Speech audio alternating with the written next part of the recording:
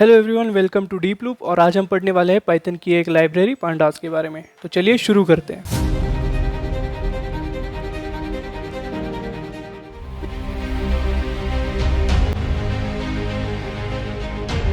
तो पहले हम जानते हैं पांडास है क्या। पांडास एक पाइथन लाइब्रेरी है जिससे हम डेटा को एनालाइज, रीस्ट्रक्चर और क्लीन कर सकते हैं। पांडास का फुल फॉर्म है पैनल डेटा। इसका मतलब है कि पैनल के डेटा को एनालाइज करने की प्रोसेस या फिर उसके लिए यूज होने जाने वाली लाइब्रेरी, जिसे हम पांडास कहते हैं। अब जानते हैं कि पांडास यूज कहाँ होती है। जैसे हमें किसी डेटा सेट को, रॉ डेटा सेट को एक प्रॉपरली स्ट्रक्चर्ड टेबल फॉर्म में कन्वर्ट करना होता है या फिर उसके अंदर कुछ प्री प्रोसेसिंग करनी होती है, उसे क्लीन करना होता है, तब हम पांडास लाइब्रेरीज का यूज करते हैं।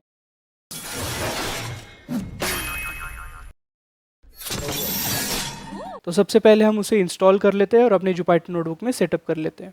इंस्टॉल करने के लिए आपको एनाकोंडा प्रॉम्प्ट ओपन करना है। ओपन करने के बाद आप कमांड डालिए पिप इंस्टॉल पांडास। इसे रन कर दीजिए और पांडास इंस्टॉल हो जाने के बाद अगर हमें पांडास जुपाइटर नोटबुक पे यूज़ करना है तो उसके लिए हम इंपोर्ट नाम का कीवर्ड यूज़ करते हैं। इंपोर्ट कीवर्ड पाइथन के किसी भी लाइब्रेरी को यूज़ करने के लिए हेल्प करता है। तो हम पहले लिखेंगे इंपोर्ट कीवर्ड और फिर हम बोलेंगे पांडास।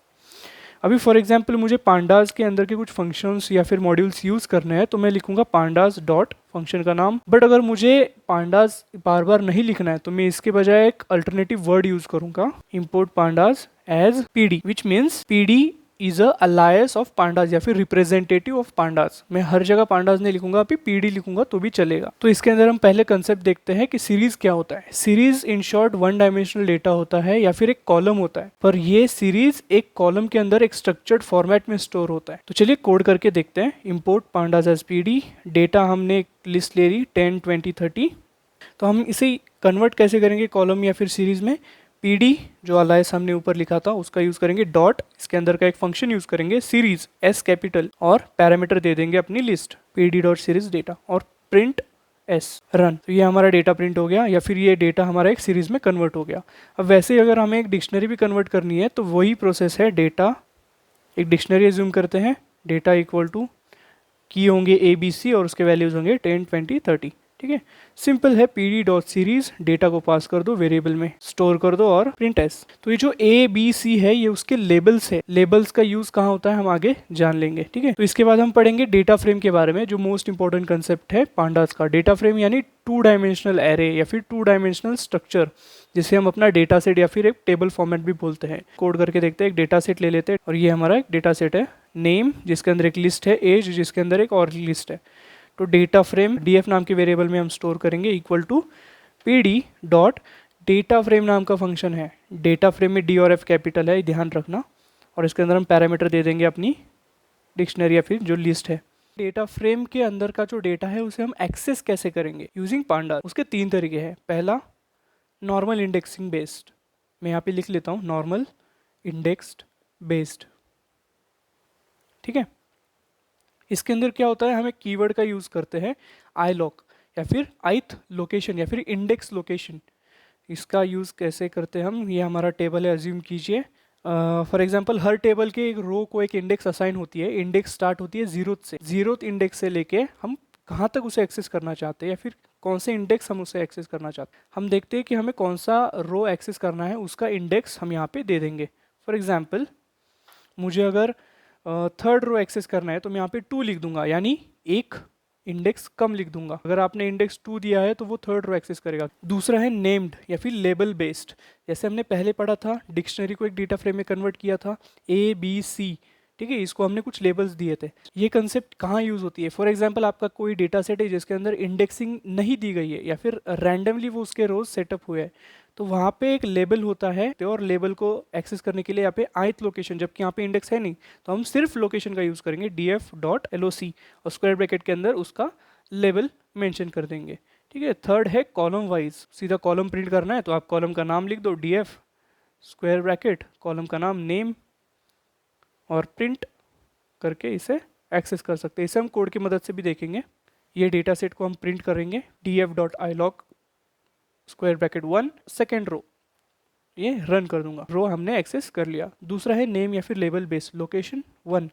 फॉर एग्जाम्पल यहाँ पे बाय डिफ़ॉल्ट हमारा इंडेक्स बेस्ड है, तो फिर ये नेम्ड और लेबल दोनों इंडेक्स को ही मानेगा। यहाँ पे अगर आप लेबल कुछ और देते हो तो उस लेबल के रिलेटेड जो इंडेक्स है वो आपको प्रिंट करना है। तीसरा है कॉलम वाइज, किस कॉलम को आपको प्रिंट करना है उसका नाम लिख दो, ये प्रिंट कर देगा। This is our result. अब इसके बाद हम पढ़ेंगे CSV और जेसन डेटा को लोड कैसे करते हैं हमारे डेटा सेट में या फिर हमारे प्रोजेक्ट। फॉर एग्जाम्पल ये मेरा एक डेटा सेट है जिसको मैंने जुपाइटर नोटबुक में लोड कर दिया। अब मुझे इसे अपने कोड में यूज करना है, तो मैं कैसे करूंगा, pd.read_csv और राउंड ब्रैकेट के अंदर मैं इस फाइल का नाम लिख दूंगा डबल कोट्स में, ठीक है, और इसे एक वेरिएबल में स्टोर कर दूंगा CSV_df, प्रिंट CSV_df, और ये प्रिंट कर देगा।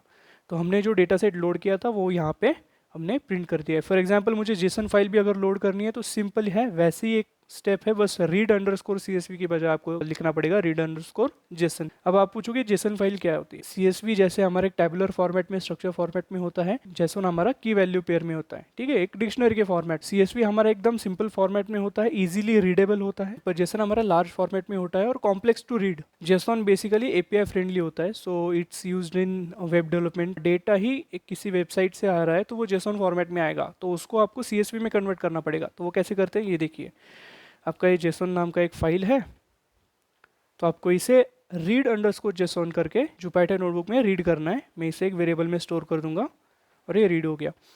अब इसे CSV में कन्वर्ट करना है, तो कैसे करेंगे, to_CSV नाम का फंक्शन यूज़ करके। फंक्शन याद रखिए, कुछ ही थोड़े ही फंक्शन होते हैं बट वो इंपॉर्टेंट होते हैं, ठीक है। JSON data डॉट to_CSV मुझे CSV में कन्वर्ट करते हो उस फाइल का नाम क्या रखना है वो भी हम डिसाइड कर सकते हैं। अपनी जुपाइटर नोटबुक को ओपन कर लेते हैं, उसके अंदर हमारा एक डेटा सेट है, उसे लोड कर देते हैं। अब डेटा सेट लोड हो जाने के बाद अगर हमें उसे देखना है तो हम पूरा प्रिंट नहीं करेंगे, तो उसके लिए हम क्या करते हैं, .head या फिर .tail फंक्शन का यूज़ करते हैं। अब ये .head और .tail फंक्शन क्या है, चलिए प्रैक्टिकली करके देखते हैं। Print df.head round bracket print, तो इसने हमें हमारे डेटा सेट के पहले 5 रो प्रिंट करके दिए, और अगर मैं इसके अंदर कुछ नंबर लिखूंगा 1 2 या फिर 3 तो उतने हमें रो प्रिंट करके देगा। पर अगर हम कुछ नहीं लिखेंगे तो बाय डिफॉल्ट ही कितने रो प्रिंट करके देगा, और वही हमारे टेल फंक्शन के साथ है, .tail फंक्शन प्रिंट df.tail। अगर इसके अंदर हम 2 लिखेंगे नीचे से 2 रो प्रिंट करके देगा, अगर हम इसके अंदर 7 लिखेंगे या 10 लिखेंगे तो नीचे से 10 रो प्रिंट करके देगा, और अगर हम कुछ नहीं लिखेंगे तो बाय डिफॉल्ट ये कितने रो प्रिंट करेगा, लेकिन नीचे से। अगला फंक्शन है .info फंक्शन। अगर आपको आपके डेटा सेट की कुंडली चाहिए या फिर पूरी समरी चाहिए तो आप .info फंक्शन का यूज़ करते हैं। हम भी ट्राई करके देखेंगे df.info। तो बेसिकली इसने क्या क्या प्रिंट करके दिया हमें, column, row, data type, missing values, null values, ठीक है। ये बेसिकली समरी है हमारे डेटा सेट की। और अगर इसी के अंदर आपको समरी के अंदर आपको अगर आपके डेटा सेट या फिर कॉलम्स के mean, median, mode, minimum, maximum value अगर देखने हैं तो आप .describe फंक्शन का यूज़ कीजिए, ठीक है। वो आपको आपके कॉलम के पूरे मीन, मीडियन, मोड फाइंड करके दे देगा। फॉर एग्जाम्पल हम यूज़ करके देखते हैं df.describe प्रिंट, यह आपको आपके कॉलम का स्टैटिस्टिकल समरी मिल गया। इन शॉर्ट डिस्क्राइब आपको एक स्टैटिस्टिकल समरी दे देता है। यही हम बात करेंगे शेप नाम के फंक्शन की, df.shape, यह आपको टोटल रोज और कॉलम बता देगा। वही अगर हम df.columns करेंगे तो आपको कॉलम्स के नंबर बता देगा, ठीक है। अगली चीज़ हम पढ़ेंगे, अगर डेटा सेट नल हुआ तो क्या करेंगे। फॉर एग्जाम्पल हमेशा जरूरी नहीं है कि आपका डेटा सेट अगर नल हो तो आप उसे हटा दो, आपको उसे फिल करना आना चाहिए। यही चीज हमने स्टैटिस्टिक्स के वीडियो में देखी थी, अगर आपने नहीं देखी तो चेकआउट कीजिए स्टैटिस्टिक्स का वीडियो। तो अगर आपको आपका पूरा रो हटाना है जिसके अंदर नल वैल्यूज है तो आप ड्रॉप एन फंक्शन का यूज कर सकते हो। हम यूज करेंगे क्लीन df, यानी एक ऐसा डेटा सेट अलग से तैयार करेंगे जिसके अंदर नल वैल्यूज ना हो या फिर हमने ड्रॉप कर दियो df.dropNA। तो ये क्या करेगा, जो रोज एम्प्टी है या फिर जिसके अंदर नल वैल्यूज है उसे ड्रॉप कर देगा। दूसरा होता है फिल करना, ठीक है। हर बार ड्रॉप करना सही बात नहीं होती, आपके डेटा लॉस भी होता है, कुछ चीज़ें इंपॉर्टेंट भी होती है डेटा में। तो हम फिल कैसे करेंगे, यूजिंग fill NA। तो ये इजी फंक्शन है, नाम ड्रॉप NA, fill NA, आप इजीली याद कर सकते हो। तो वो हम कैसे करेंगे, हमें कॉलम स्पेसिफिक होना पड़ेगा, तो उसके लिए हमें कॉलम एक्सेस करना पड़ेगा। df स्क्वायर ब्रैकेट कॉलम का नाम लिख देंगे इसके अंदर .fill NA। इसके अंदर हम पैरामीटर देंगे मीन या फिर मीडियन या फिर मोड, जो भी हमें फिल करना होगा उस कॉलम के ब्लैंक स्पेस में या नल स्पेस में, ठीक है। तो df कॉलम .mean, ठीक है। आप इसे अलग से एक वेरिएबल में भी स्टोर कर सकते हो, पर मैं यहीं पे लिखना प्रेफर करूंगा, कॉमा इन प्लेस ट्रू।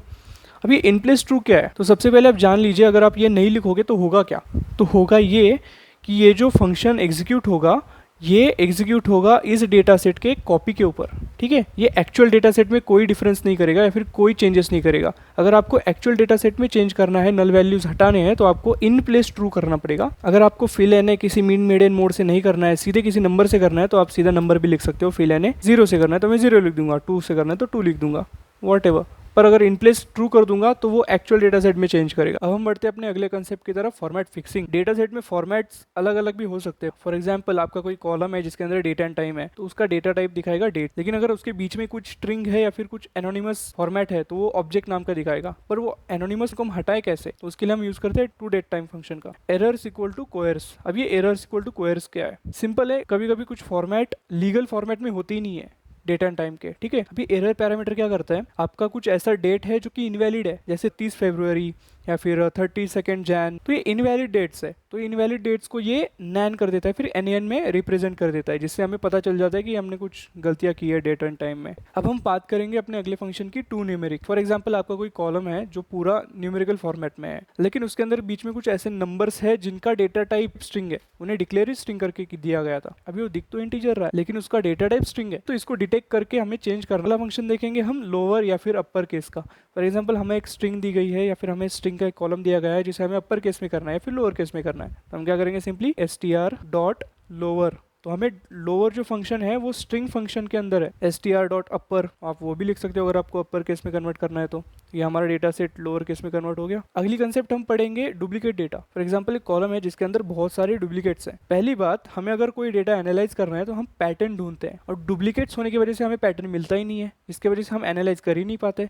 तो ये डुप्लीकेट वैल्यूज ज़ॉम्बीज की तरह एक्ट करते हैं, अपने ही जैसे दिखते हैं और अपने ही लोगों को मारते हैं। In short duplicates are zombies of data set. तो हमें इसे हटाना होता है। तो हम कैसे हटाएंगे, पहले हम देखते हैं कि हम उसे डिटेक्ट कर पाते हैं कि नहीं। कैसे डिटेक्ट करेंगे, प्रिंट df डॉट डुप्लीकेटेड नाम का एक फंक्शन है, राउंड ब्रैकेट, ये हम रन कर देंगे। तो डुप्लीकेटेड है तो ये आपको डुप्लीकेट्स दे देगा, लेकिन आपको अगर काउंट करना है कि कितने डुप्लीकेट्स है तो डॉट सम नाम का फंक्शन यूज कर दीजिए। और हमें इसे अगर डुप्लीकेट को रिमूव करना है तो कैसे करेंगे, ड्रॉप डुप्लीकेट नाम का फंक्शन है वो यूज करेंगे, df dot drop underscore duplicate. Functions बहुत है लेकिन स्पेसिफिक है। पांडास आपको हेल्प करता है इनबिल्ट फंक्शन देने का, तो आप उसे पूरी तरह यूटिलाइज कीजिए। इन प्लेस ट्रू, मुझे एक्चुअल डेटा सेट में उसे चेंज करना है, इसलिए मैं इन प्लेस ट्रू लिख दूंगा। आज हम पढ़ेंगे एरेज कैसे बनाते हैं यूजिंग नमपाइज, मैथमेटिकल ऑपरेशंस कैसे करते हैं। NumPy is nothing but numerical Python, Python का मोस्ट पावरफुल कैलकुलेशन लाइब्रेरी। तो सबसे पहले जानते हैं कि नमपाई लाइब्रेरी इतनी फास्ट कैलकुलेशंस कैसे करती है। Basically NumPy language C language पे बेस्ड है, और सी लैंग्वेज कम मेमोरी यूज करके भी फास्ट कैलकुलेशन देती है। सबसे पहले हम अपने सिस्टम में नमपाई को इंस्टॉल करेंगे। इसके लिए आपको अपना विंडोज पे जाके टर्मिनल ओपन करना है और यहाँ पे टाइप करना है पिप इंस्टॉल नमपाई। नमपाई इंस्टॉल हो जाने के बाद आपको अपना जुपिटर नोटबुक ओपन करना है। यहाँ पे एक नई फाइल बना दीजिए नमपाई करके। सबसे पहले हम नमपाई को इंपोर्ट करेंगे यूजिंग इंपोर्ट कीवर्ड, जैसे कि हमने पांडास में भी देखा था। इंपोर्ट नमपाई एज एनपी उसका अलाइस होगा। तो यहाँ पे सबसे पहले हम एक एरे क्रिएट करके देखेंगे यूजिंग नमपाई। एरे क्रिएट करने के लिए हम एक वेरिएबल लिख देंगे, array equal to np dot array. NumPy में अगर आपको एरे क्रिएट करना है तो डॉट एरे नाम का एक कीवर्ड है, उसे यूज करेंगे, राउंड ब्रैकेट, और उसके अंदर अपना स्क्वायर ब्रैकेट डाल के अपना पूरा एरे लिख लेंगे। इसको प्रिंट करना है तो प्रिंट एरे लिख दीजिए, और ये हो गया आपका एरे प्रिंट। ठीक है, हमने एक एरे क्रिएट कर लिया।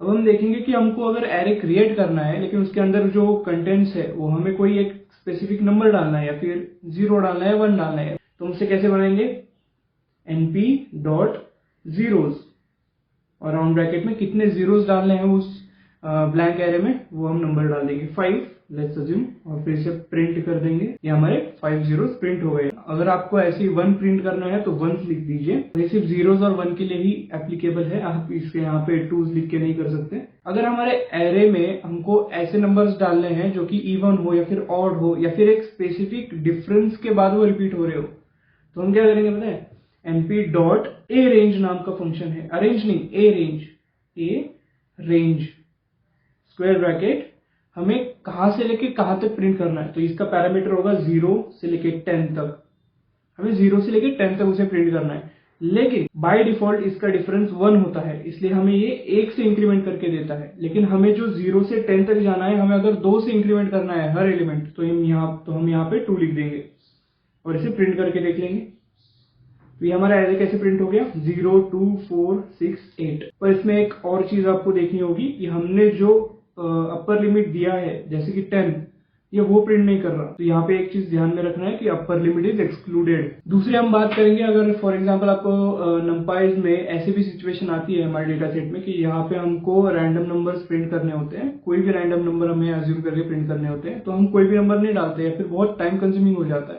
तो हम क्या करते हैं, वहां पे नंपाई का एक फंक्शन यूज करते हैं, np.random नाम पे एक मॉड्यूल है जिसके अंदर एक फंक्शन है rand.rand और राउंड ब्रैकेट, हमें कितने रैंडम नंबर प्रिंट करने हैं उसका नंबर डाल देंगे 6। फॉर एग्जांपल 6 करना है तो 6 डाल देंगे, तो इसने हमें प्रिंट करके दे दिया है। ठीक है, अगला फंक्शन हम इसी का एक और वर्जन है फंक्शन का rand n। ये क्या करता है, ये -1 से लेके +1 तक रेंज देता है हमें। ठीक है, और जो ऊपर हमने जो नॉर्मल rand देखा था 6 ब्रैकेट करके, तो उसने हमें रेंज दी थी 0 से लेके 1 तक। आगे हम देखेंगे कि बेसिक मैथ्स कैसे यूज होता है हमारे एरेज में। यहाँ पे हम सीखेंगे कि नंपाई ने हमारा मैथमेटिकल कैलकुलेशन कैसे आसान किया। फॉर एग्जांपल अगर हमारे पास 2 एरे हैं तो ट्रेडिशनली हम क्या करते थे, उसके अंदर लूप्स लगाते थे, उसके एलिमेंट्स ऐड करते थे। लेकिन नंपाई ने हमें इसका सोल्यूशन दिया है। अगर हम यहाँ पे 2 एरे डिक्लेयर कर दें, for example a equal to np.array 1 2 3, b equal to np.array 4 5 6 let us assume, तो हम क्या करेंगे पता है, अगर हमें इन दोनों एरे का एडिशन फाइंड करना है तो हम सिंपली लिखेंगे प्रिंट दोनों वेरिएबल और उसके बीच में हम ऑपरेंड लिख देंगे a प्लस b और इसका रिजल्ट होगा 5 7 एंड 9। सो इन शॉर्ट इसने किया क्या, इसने एलिमेंट वाइज एडिशन की है विथ रिस्पेक्ट टू इंडेक्स।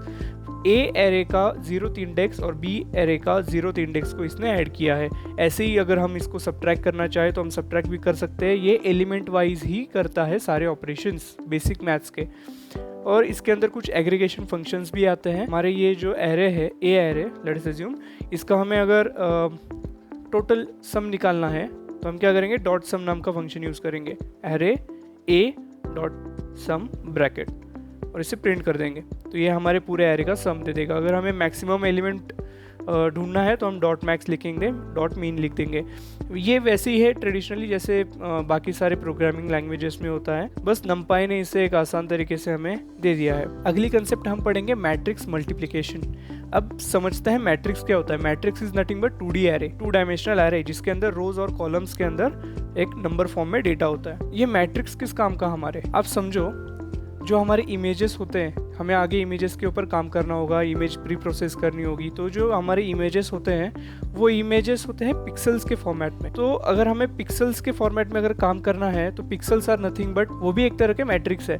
ठीक है, तो पहले हम मैट्रिक्स मल्टीप्लिकेशन देखते हैं, फिर हम देखते हैं कि हम इमेज प्री प्रोसेसिंग में उस मैट्रिक्स के साथ कैसे खेल सकते हैं या फिर उस मैट्रिक्स को प्री प्रोसेस कैसे कर सकते हैं। तो सबसे पहले मैट्रिक्स को मल्टीप्लाई करना सीख लेते हैं। तो फॉर एग्जाम्पल ये हमारा एक मैट्रिक्स है A 1 2 3 4 और B एक मैट्रिक्स है हमारा 5 6 7 8। तो in short matrix multiplication work कैसे करता है, A के जो रो है उसके सारे each element will get multiply with columns of B, rose of A multiply by columns of B, और इन दोनों के जो मल्टीप्लिकेशन या फिर प्रोडक्ट है इंडिविजुअली वो हम सम करेंगे या फिर ऐड कर देंगे। फॉर एग्जांपल ये सॉल्व करके हम देखते हैं, जो पहली हमारी रो है 1 और 2, ये A की जो रो है इसे हम मल्टीप्लाई करेंगे 5 एंड 7 यानी B के कॉलम से।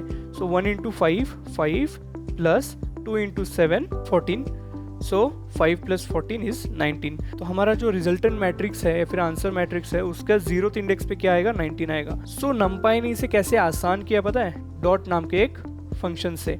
हम यहाँ पे रिजल्ट नाम का एक वेरिएबल लेंगे जिसके अंदर हम np डॉट नाम का फंक्शन है, ब्रैकेट के अंदर हमें जो मैट्रिक्स के मल्टीप्लाई करने हैं वो उनके हम पैरामीटर्स डाल देंगे A और B और रन कर देंगे, शिफ्ट एंटर। सो हमारा आउटपुट आता है समथिंग अराउंड 1922। देखा, हमने जो मैन्युअली कैलकुलेट किया था that also resembles with this output. So in short इसने हमें मैट्रिक्स मल्टीप्लिकेशन करके दिया with just 1 line of code. So हमें ट्रेडिशनली क्या करना पड़ता, हमें ट्रेडिशनली एक रो को ट्रैवर्स करके, बी के एक कॉलम को ट्रैवर्स करके, मल्टीप्लाई करके, सम करके, ठीक है, हमें रिजल्टेंट मिल जाता। लेकिन नंपाई ने हमें आसान करके दिया यूजिंग डॉट फंक्शन। अभी इसके लिखने के अलग अलग तरीके हैं, ठीक है। हम कुछ जगह पे np डॉट ये फंक्शन भी लिख सकते हैं। अगर ये आपको हार्ड लग रहा है तो आप सिंपली क्या कर सकते हो, रिजल्ट वेरिएबल में इक्वल टू a@b, @ वही करता है डॉट मल्टीप्लिकेशन, ठीक है। आजकल इसे यूज करते हैं हम np.matmul, मैट मल यानी मैट्रिक्स मल्टीप्लिकेशन, और ब्रैकेट के अंदर ए और बी लिख देंगे और ये वही सेम प्रोडक्ट हमें दे देगा। तो एक ही चीज़ के हमने 3 अलग तरीके देखे, जो आपको पसंद है आप वो यूज़ कर सकते हो। ठीक है, तो ये हो गया मैट्रिक्स मल्टीप्लिकेशन। अब हम देखेंगे इन्वर्स कैसे फाइंड करते हैं। फॉर एग्जांपल हमारा ये मैट्रिक्स है ए मैट्रिक्स, वही हम ले लेंगे ए मैट्रिक्स 1 2 3 4 वाला, उसे हमें इन्वर्स करना है। ठीक है, उसके रोज को कॉलम में और कॉलम्स को रोज में चेंज कर देना। तो हम कैसे करेंगे, वो सिंपल है। तो हम इन्वर्स कैसे करेंगे, हम पहले एक वेरिएबल स्टोर कर लेंगे ए इन्वर्स नाम का, A inverse equal to NP dot, अभी एनपी के अंदर एक मॉड्यूल आता है लीनियर एल्गोरिदम, ठीक है, लीन एल्ग LINALG। अब इन्होंने उसके अंदर एक फंक्शन बनाया हुआ है डॉट इन यानी इन्वर्स, और ब्रैकेट के अंदर जो मैट्रिक्स हमें इन्वर्स करना है वो हम डाल देंगे और शिफ्ट एंटर। ये हमारा रिजल्टेंट मैट्रिक्स है जो इन्वर्स करके मिल गया है। भाई हमें कुछ फॉर्मूलेज ऐसे होते हैं जिसके अंदर हमें मैट्रिक्स को इन्वर्स करने के बाद मल्टीप्लाई करना होता है। जैसे हमने डिस्कस किया था कि हमें मैट्रिक्स मल्टीप्लिकेशन या फिर मैट्रिक्स कहाँ यूज़ करते हैं हम, ठीक है, इमेजेस प्री प्रोसेसिंग में यूज़ करते हैं हाईली यूज से। सो बेसिकली आप इस इमेज को देखोगे, देखो ये मैंने एक इमेज यहाँ पे लाई है, एक नंबर की है, ठीक है। अब ये पिक्सल्स के फॉर्मेट में है, pixels are the unit of images. अब हर एक पिक्सल को एक नंबर असाइन किया हुआ रहता है। वो नंबर क्या होता है, वो नंबर होता है उस पिक्सल का कलर ग्रेड। हर एक कलर को एक परफेक्ट नंबर असाइन किया गया है ग्रेडियंट के अनुसार। अभी उसी एक कलर के शेड को हमने एक नंबर के फॉर्मेट में प्रेजेंट किया जिसे हम पिक्सल कहते हैं, ठीक है। वो एक यूनिट ऑफ इमेज कह सकते हो आप। अभी वो नंबर हर एक जगह चेंज हो रहा है, ठीक है। अब हम डिटेक्ट कैसे करेंगे कि इस इमेज को, कि ये इमेज एक नंबर की है या फिर किसी कार्टून की है, फिर किस चीज़ की है, ठीक है। तो हम उसे पिक्सल्स के फॉर्मेट में देखेंगे। अब पिक्सल्स जब मल्टीपल हो जाते हैं, they are nothing but dimension arrays, ठीक है। एक इमेज लोड कर देंगे हम from PIL। PIL is a library जहाँ से हम इमेज को इंपोर्ट करते हैं, ठीक है। इंपोर्ट इमेज, इमेज नाम का एक वेरिएबल बनाएंगे इक्वल टू इमेज। अब वो जो हमने इंपोर्ट किया था इमेज फंक्शन, वो इमेज फंक्शन लिखेंगे डॉट ओपन। अब हमने जो यहाँ पे अपने जुपिटर नोटबुक में इमेज लोड की थी उसका नाम लिख देंगे। अब उस इमेज को हमें डायमेंशन के फॉर्म में या फिर पिक्सल के फॉर्मेट में देखना है। तो हम कैसे देखेंगे, हम पहले एक उसे एरे के फॉर्मेट में ही बना देंगे, ठीक है। उस इमेज को एरे के फॉर्मेट में तोड़ देंगे। Image array equal to np dot array bracket के अंदर इमेज। np डॉट एरे क्या करेगा पता है, उसे एक 3 डायमेंशनल एरे के फॉर्मेट में दे देगा। वो डिपेंड करता है अपनी इमेज कैसी लोड की है, ठीक है। मैंने यहाँ पे एक 3D इमेज लोड की है, 3D इन द सेंस एक इमेज लोड की है जिसके अंदर मुझे हाइट, विड्थ और RGB ये ऐसे 3 डायमेंशन मिलते हैं, ठीक है। ठीक है, हम इसे प्रिंट करके देंगे, print image array shape. Basically आपके पास जो डेटा सेट का स्ट्रक्चर है उसको आपको नंबर्स के हिसाब से समझना बहुत हार्ड या डिफिकल्ट जाता है। तो ऐसे सिचुएशन में हम क्या करते हैं, उसे विजुअलाइज करते हैं इन the form of graph and charts, जिससे हमें उसको समझने के लिए आसानी हो और डिसीजंस हम ले पाए कि उसे हम कैसे मैनिपुलेट करना चाहते हैं, ठीक है। सो इन शॉर्ट, मैटप्लॉटलिब लाइब्रेरी जिसके बारे में आज हम पढ़ने वाले हैं, it is a Python library that gives us the capability of converting the number form of data into graph and chart form of data. तो चलिए बिना कोई देरी के शुरू करते हैं। तो सबसे पहले आपको टर्मिनल ओपन करना है। टर्मिनल पे आप टाइप कीजिए pip install matplotlib. Matplotlib install हो जाने के बाद आपको फटाक से ओपन करना है जुपिटर नोटबुक, जिसके अंदर हम अपना कोड लिखेंगे, ठीक है। तो जुपिटर नोटबुक के अंदर सबसे पहले सेल में आप मैटप्लॉटलिब को इंपोर्ट करोगे। पर उससे पहले मैं आपको एक चीज बताना चाहता हूँ, सो ध्यान से सुनिए, ठीक है। मैटप्लॉटलिब एक लाइब्रेरी है। एक लाइब्रेरी क्या होती है, it is nothing but collection of modules. पहले आप हायरार्की जान लीजिए। लाइब्रेरी के अंदर बहुत सारे होते हैं मॉड्यूल्स, ठीक है। Collection of module is library.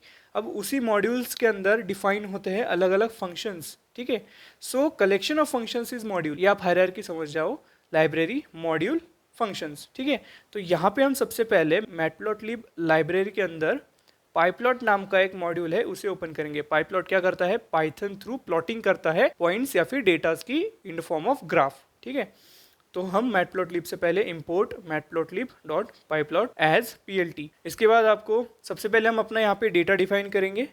Data set load करने के बजाय हम शॉर्ट में कोई एरे ले लेते हैं, 2 डेज नाम का एरे ले लेते हैं जिसके अंदर हम डेज लिख देंगे। इसके बाद हम और एक एरे ले लेते हैं टेम्परेचर, जिसके अंदर हम कुछ टेम्परेचर डिफाइन कर देंगे। अभी हम इस डेटा को ग्राफ के फॉर्म में कैसे कन्वर्ट करेंगे। यहाँ डेज हमारा x एक्सिस है and temperature is nothing but our y axis, ठीक है। तो ग्राफ के अंदर x एक्सिस और y एक्सिस आपको तो पता ही होगा। तो सबसे पहले फंक्शन यहाँ पे आता है PLT डॉट प्लॉट, जो कि हमारे x एक्सिस और y एक्सिस को प्लॉट करता है। इसके ब्रैकेट के अंदर आपको 2 आर्ग्यूमेंट डालने होते हैं x और y, और इसे रन करता है। लेकिन ये रन नहीं होगा क्योंकि आपने कोड तो लिख दिया है, लेकिन मैटप्लॉटलिब की एक कंडीशन है, वो कंडीशन ये है कि उसको एक्सप्लिसिटली बताना पड़ता है कि भाई हमने आपका ग्राफ प्लॉट तो कर लिया है, बट आप जब शो नाम का फंक्शन लिखोगे तभी हम आपको दिखाएंगे। तो सबसे पहले plt.show लिख लेते हैं और रन करते हैं। ये हमारा पहला ग्राफ है। एक्स एक्सिस पर आपको डेज दिख रहे हैं और वाई एक्सिस पे आपको टेम्परेचर दिख रहे हैं।